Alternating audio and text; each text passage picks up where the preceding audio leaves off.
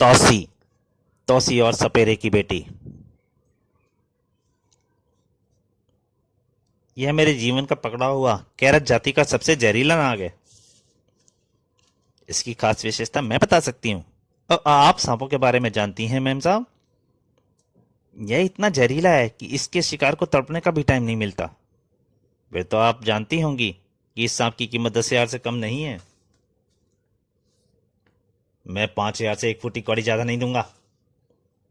दे दो प्रताप, 10,000 दे दो। तुम पागल हो गई हो जूली। एक सांप की कीमत 10,000। इस 10,000 के 10 करोड़ बनेंगे। अपनी प्रेमिका जूली पर यकीन रखो। तुमने व्यर्थ ही 10,000 रुपये बर्बाद कर डाले। और अगर मैंने तुम्हारी राह के कांटे को निकाल डाला तब? मेरी राह का कांटा सिर्फ एक है, मेरा सौतेला भाई अमर। अमर के मरने के बाद तुम करोड़पति बन जाओगे ना? यह लंबी चौड़ी इमारत मेरे बाप राजा विक्रम सिंह की है। मैं दासी पुत्र था, इसलिए मुझे फूटी कौड़ी नहीं मिली। और वह कमीना अमर करोड़ों का मालिक है। और मेरा खून मत जलाओ जूली। खून जलेगा राजमाता का, जिसका बेटा अमर कल जीवित नहीं रहेगा। यह तुमसे ना होगा। यह काम मेरा रिवॉल्वर करेगा। और अगर पकड़े गए तो तुम्हें फांसी हो जाएगी और मैं शादी से पहले ही विधवा बन जाऊंगी। मैं हाथ पर हाथ रखकर नहीं बैठ सकता। यह तुमसे किसने कहा? तुम मेरा कमाल देखो। एक सपेरे की बेटी का कमाल देखो। क्या कर रही हो जूली? यह सांप बहुत जहरीला है। तो दोस्तों, ये कहानी अभी जारी है। बस आपसे एक ही प्रार्थना है, अगर आप मेरे ये सभी कॉमिक हैं चाहते हैं कि आपको टाइम से मिलती रहें, सबसे पहले मिलें, तो कृपया बेल आइकॉन पर घंटी दबा के नोटिफिकेशन ऑन कर लें। बस, अब कहानी जारी है। अब तुम मुख से एक शब्द मत निकालना। मैं जो करने जा रही हूं उसके लिए एकदम सन्नाटा होना चाहिए। तुम। जूली ने हवा में तेजी से दाएं हाथ आगे बढ़ाया और बिजली की तरह सांप के फन को दबोच लिया। सांप ने पूंछ वाले हिस्से से जूली की कलाई को कस लिया, लेकिन जूली ने सांप के फन को दबाए रखा। मेरी आंखों में देखो सरफराज। सी इन माई आईज। जूली और सर्प की दृष्टि एक साथ केंद्रित हो गई और फिर चमत्कार हुआ। सांप की पकड़ ढीली होने लगी। जूली के होठों पर विजय मुस्कान आ गई। Good, very good Sarfaraz. Julie ने सर्प को स्वतंत्र कर दिया और आदेश दिया, सरफराज अपने पिटारे में जाओ। सांप रेंगता हुआ पिटारी में प्रवेश करने लगा। यह अद्भुत चमत्कार है जूली। चमत्कार और देखो प्रताप। सरफराज अपना फन फैलाकर खड़े हो जाओ। सांप ने सचमुच ऐसा ही किया। यह सांप तो तुम्हारे संकेतों पर नाच रहा है। तुमने इस पर क्या जादू कर डाला? सम्मोहन विद्या। सम्मोहन विद्या? यह विद्या मैंने अपने बाप से सीखी थी। तुम जानते ही हो कि मेरा बाप एक मशहूर सपेरा था। यह सांप अमर को डस लेगा ना? यह सांप मेरा गुलाम है। 24 घंटे यह वही करेगा जिसका जूली इसे आदेश देगी। 24 घंटे क्यों? मेरी सम्मोहन शक्ति की सीमा केवल 24 घंटे है। फिर मुझे दोबारा सांप को सम्मोहित करना होगा। फिर देर मत करो। अमर की मौत कल होनी चाहिए। ओके, ऐसा ही होगा। प्रातः राजमहल के मंदिर में राजमाता और अमर पूजा कर रहे थे। आज के दिन ही पिताजी का स्वर्गवास हुआ था। दिल छोटा ना करो अमर। भूखों को खाना और गरीबों को दान देकर अपने स्वर्गवासी पिता की आत्मा की शांति को बचाओ। लोग जय जयकार कर, अमर बाबू की जय, अमर बाबू चिराइयों।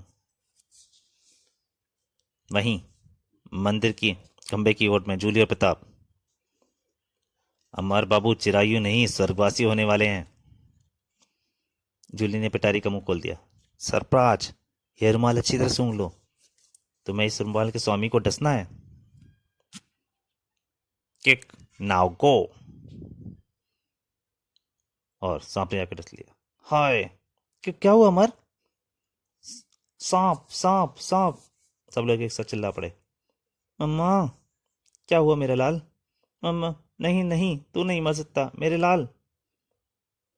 अरे, हम जीत गए। हम करोड़पति बन गए जूली। अब राजघराने का गुप्त खजाना भी हमारा होगा। मेरे बेटे को बचा लो। तेरा बेटा मर चुका है बुढ़िया, अब उसे कोई नहीं बचा सकता। पर पेड़ के ऊपर एक सांप। कमीने, मैं बचाऊंगा। यह था तौसी, इच्छाधारी सांप, जिसने धरती के शैतानों को मारने की कसम खाई थी, जो मंदिर में भगवान के दर्शनार्थ जा रहा था। इस जबरदस्त करेक्टर का नाम है कि जाने वालों में तुलसी कॉमिक्स। इच्छाधारी सांप का इंतकाम। ये सब कॉमिक है, मैं जल्दी ही इसके बाद भी डालूंगा। आप कहानी जारी रखिए। इच्छाधारी सांप ने अचानक सपेरे का रूप धारण कर लिया। मत रो राजमाता, तुम्हारे बेटे को मैं जीवित करूंगा। मेरी सारी दौलत तुम ले लो बेटा, लेकिन मेरे इस बेटे को बचा लो। बीस तोसी ने बीन बजानी शुरू कर दी। बी सांप ढलने लगी थी। यह सपेरा ढकोसला कर रहा है, अमर बाबू को काटने वाला सांप नहीं आएगा। सपेरा शायद किसी लालच में है। लेकिन तभी सांप, हो रहा सांप! सपेरा सचमुच छीनने वाला है। सांप कितनी तेजी से आ रहा है। बी सांप अमर के सामने डसने वाले स्थान पर पहुंचा, किंतु फिर पलट गया। बी तुझे जहर वापस लेना पड़ेगा सरफराज। या तो जहर वापस लेगा, अन्यथा यहां से जीवित नहीं जा पाएगा सरफराज। तोसी ने बीन का बाद सरफराज के सिर पर सवार होने लगा, और अचानक सरफराज ने अपना फन जमीन पर मारना शुरू कर दिया। फट फट! तोसी की आंखों में आश्चर्य फैल गया। सरफराज, तुम्हें मरना मंजूर है? आश्चर्य! रुको सरफराज! तोसी ने बीन बजानी बंद कर दी। सरफराज लागू होकर दम तोड़ रखा। तुमने मौत कबूल कर ली, लेकिन बात नहीं मानी। यह सांप तो मर गया, अमर को कौन बचाएगा? यह सम्मोहन का असर था।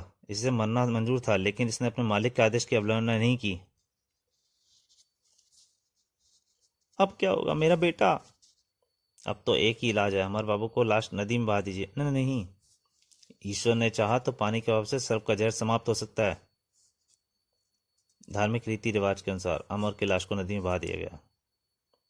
तौसी एक किनारे पर खड़ा अमर की लाश की प्रतीक्षा कर रहा था। छपाक! तौसी लाश को कंधे पर लादकर नदी से बाहर ले आया। अब मैं अपने उपचारों से अमर को ठीक कर सकूंगा।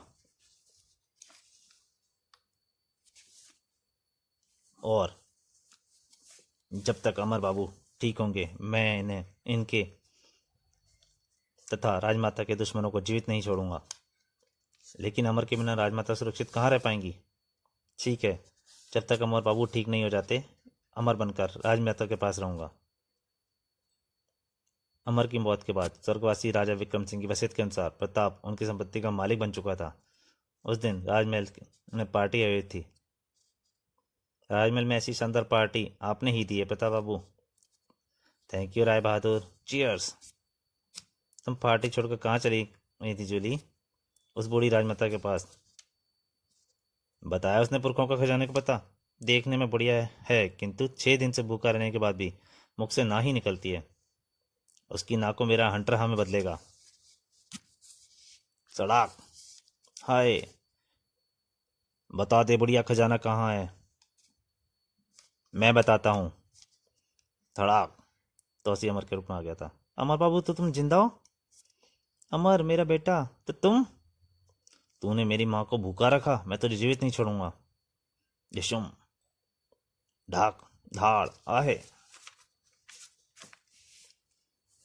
लहूवान प्रताप अचानक राजमाता के पैरों में जा गिरा। मुझे बचा लो राजमाता, मुझे माफ कर दो, मैं दौलत की हवस में अंधा हो गया था। मैं तुझे जिंदा नहीं छोड़ूंगा।